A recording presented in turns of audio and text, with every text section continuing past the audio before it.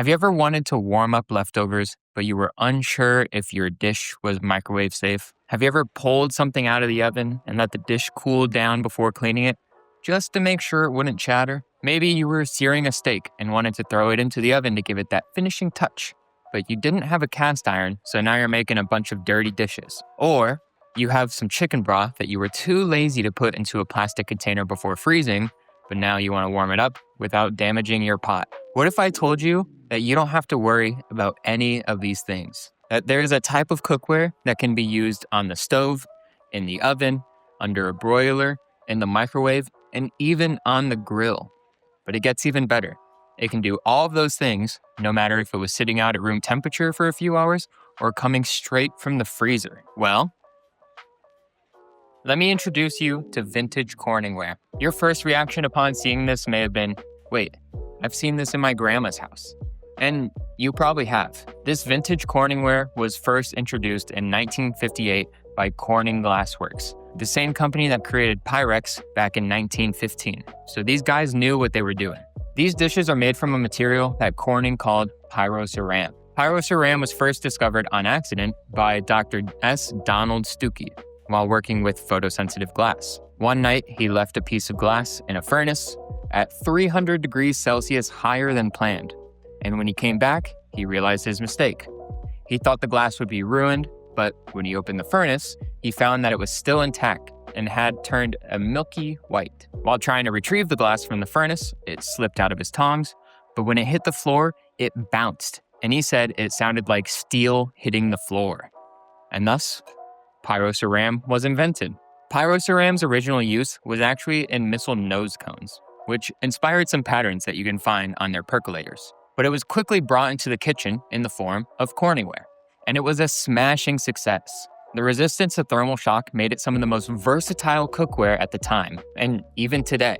Okay, so I'm editing this video and I'm realizing that I forgot to talk about one of the most important things for Corningware, and that is its thermal shock resistance. I mention it a couple times, but I never really elaborate into what I mean by that. And I talk about it a little bit in the intro where I say it doesn't matter if it's sitting out at room temperature or coming from the freezer, but let me just elaborate a little bit. So to put it very simply, when glass is in its liquid form and turns into its solid form that we know for like cookware and in glasses and stuff like that, it crystallizes and makes all of these little tiny crystal bonds inside of it. And when those crystal bonds are met with a lot of heat, they expand. And that is what causes glass to shatter. That's why some glass can't be used on the stovetop or it can't be used like in the oven, because if those expand too much, the glass will shatter. Now with Corningware, because of the compound that they use to turn it into glass, there is very little, practically zero thermal expansion when met with extreme heat or extreme cold. This means that you can take it from the freezer to the stovetop or to the oven, and it won't expand at all, and therefore it won't shatter.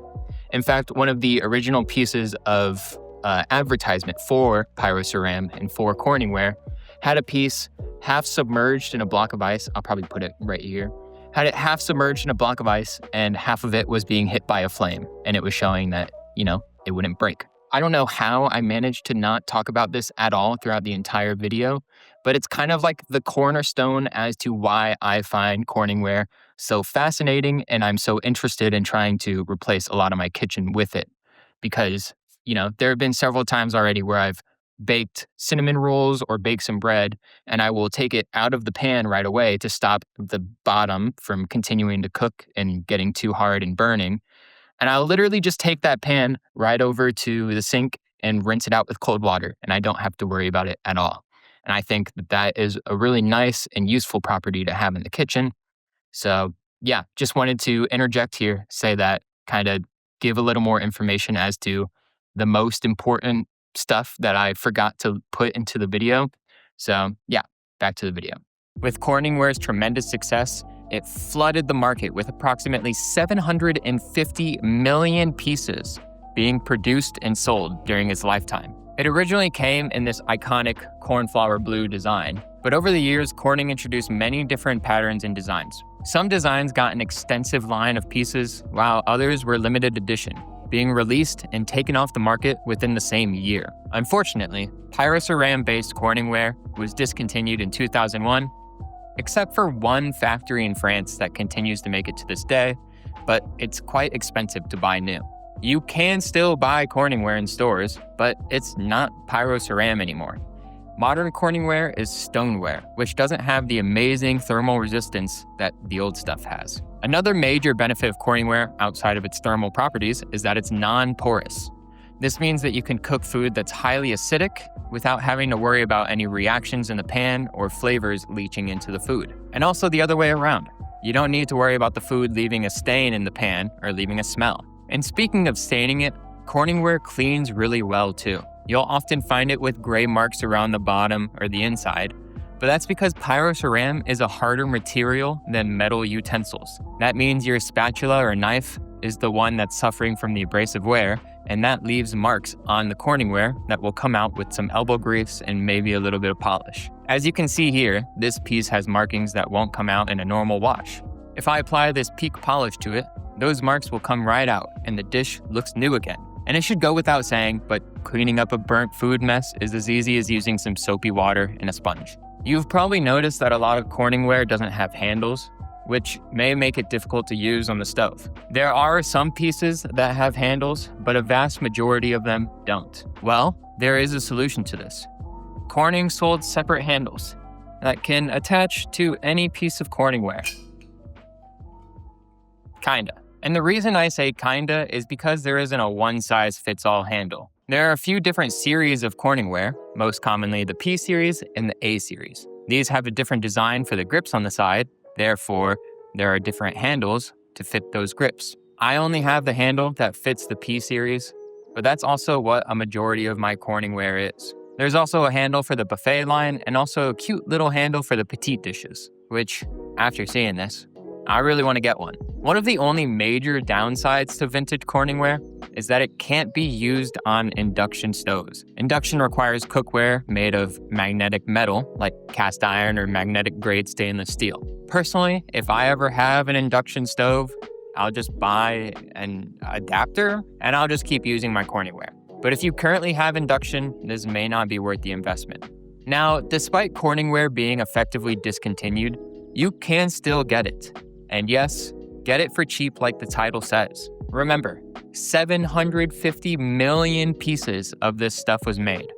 And pyroceram is so tough that there's still a lot of dishes floating around out there in pretty good shape.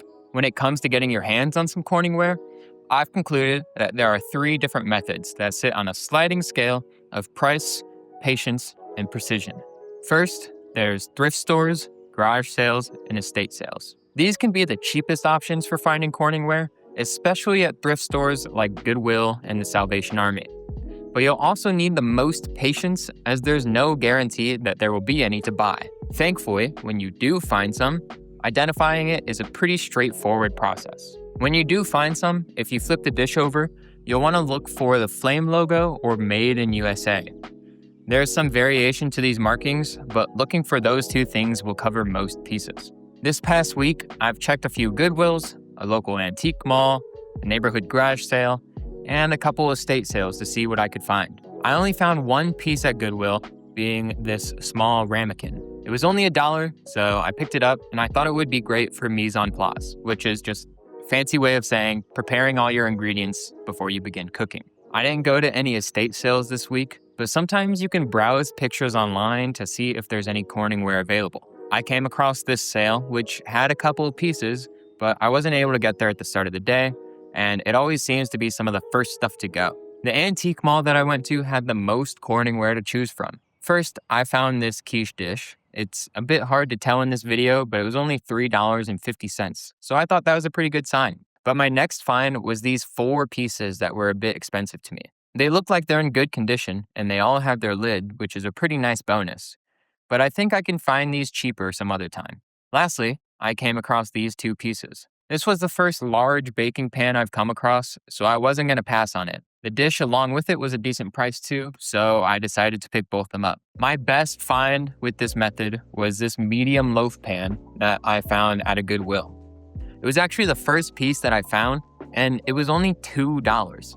So if you have enough patience, you can find some really good deals. And let me take a second to talk about the lids.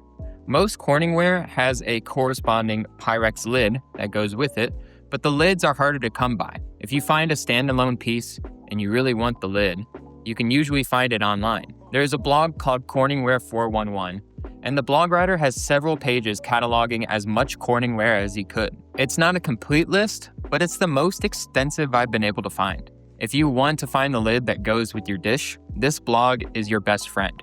Just flip your piece over and look for the model number. It's usually stamped on the bottom or on the underside of the handle.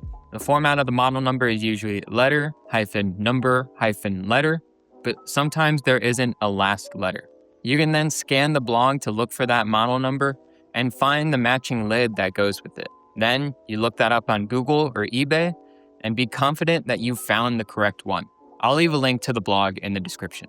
But let's get back to buying Corningware. The next method on this scale is Facebook Marketplace. Any kind of local meetup exchange site can go here, but Facebook Marketplace is always my go-to.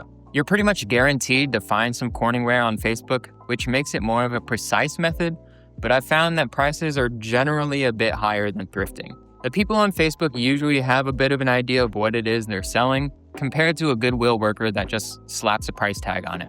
That being said, you can still find some good deals. I found these 5 dishes on Facebook Marketplace for only $23. And I also found these 2 Sidekick snack plates for $4 each. And yes, these are Corningware too.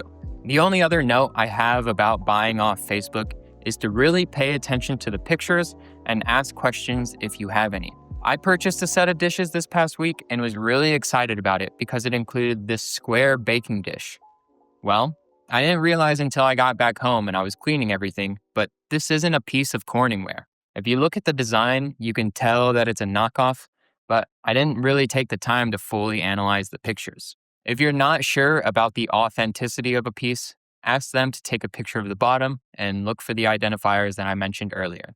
The last method, which is the most precise, but tends to be the most expensive, is eBay. You can also find Corningware on Etsy, but I just prefer to stick to eBay. You can browse eBay by simply searching vintage Corningware, but if you throw a model number at the end of the search, you're likely to find at least a few listings for specific pieces. I recently purchased this 10-inch skillet off eBay. I wanted to replace my nonstick pan, so I browsed the Corningware blog, saw that there's this 10-inch skillet, and I took the model number to eBay and found exactly what I was looking for. But I paid for that convenience. This skillet cost me just over $64. Meanwhile, this person says they found one at an antique store for just $15. But eBay isn't only for the convenience factor. With enough browsing, you can come across some pretty good deals. And on top of that, you can find pieces with rare designs on them. A design I've only ever come across on eBay is the duck, and these listings always seem to go for a few $100s. I've even picked up a couple rare designs myself, including this Super Bowl 18 Grab-It Bowl, which I got for only $15, and this Renaissance casserole dish for $43. And I just love this design, and I feel like I never would have come across it if not for eBay. All in all, there's plenty of Corningware to come by if you just keep an eye out for it. And on average, it's pretty cheap too if you aren't hunting down collector pieces. I have 28 pieces of Corningware, and I've spent $346.33 on them. That comes out to an average of $12.37 per piece. But remember, I have this skillet and this Renaissance dish that were both pretty expensive pieces. Without those included, that brings the average down to $9.26 over 26 pieces. I'd say that's a pretty good deal for kitchenware that can kind of do everything and last an entire lifetime. But enough about buying this stuff. What about actually cooking with it? And admittedly, I'm still trying to figure that out. I haven't noticed any difference when it comes to baking or boiling, except for the peace of mind that comes with the thermal shock resistance. But pan cooking is a different story. I've had a couple failures with it and quickly learned that heat stays concentrated where the flame is. This led me to burning my eggs the first time I tried cooking because the center were cooked, but the outsides were literally still translucent. But I'll get more into this topic next video. I'll show you how I've dealt with that uneven heating and also attempt a new twist on my favorite meal prep recipe. I'm really excited to begin cooking on this channel, and I just got these cookbooks that I'm starting to read, but I need some time to take in the information. Thank you guys for watching this video, and thank you so much for the support on the first video. It's kind of been unreal. But anyways, I'll see you guys next time.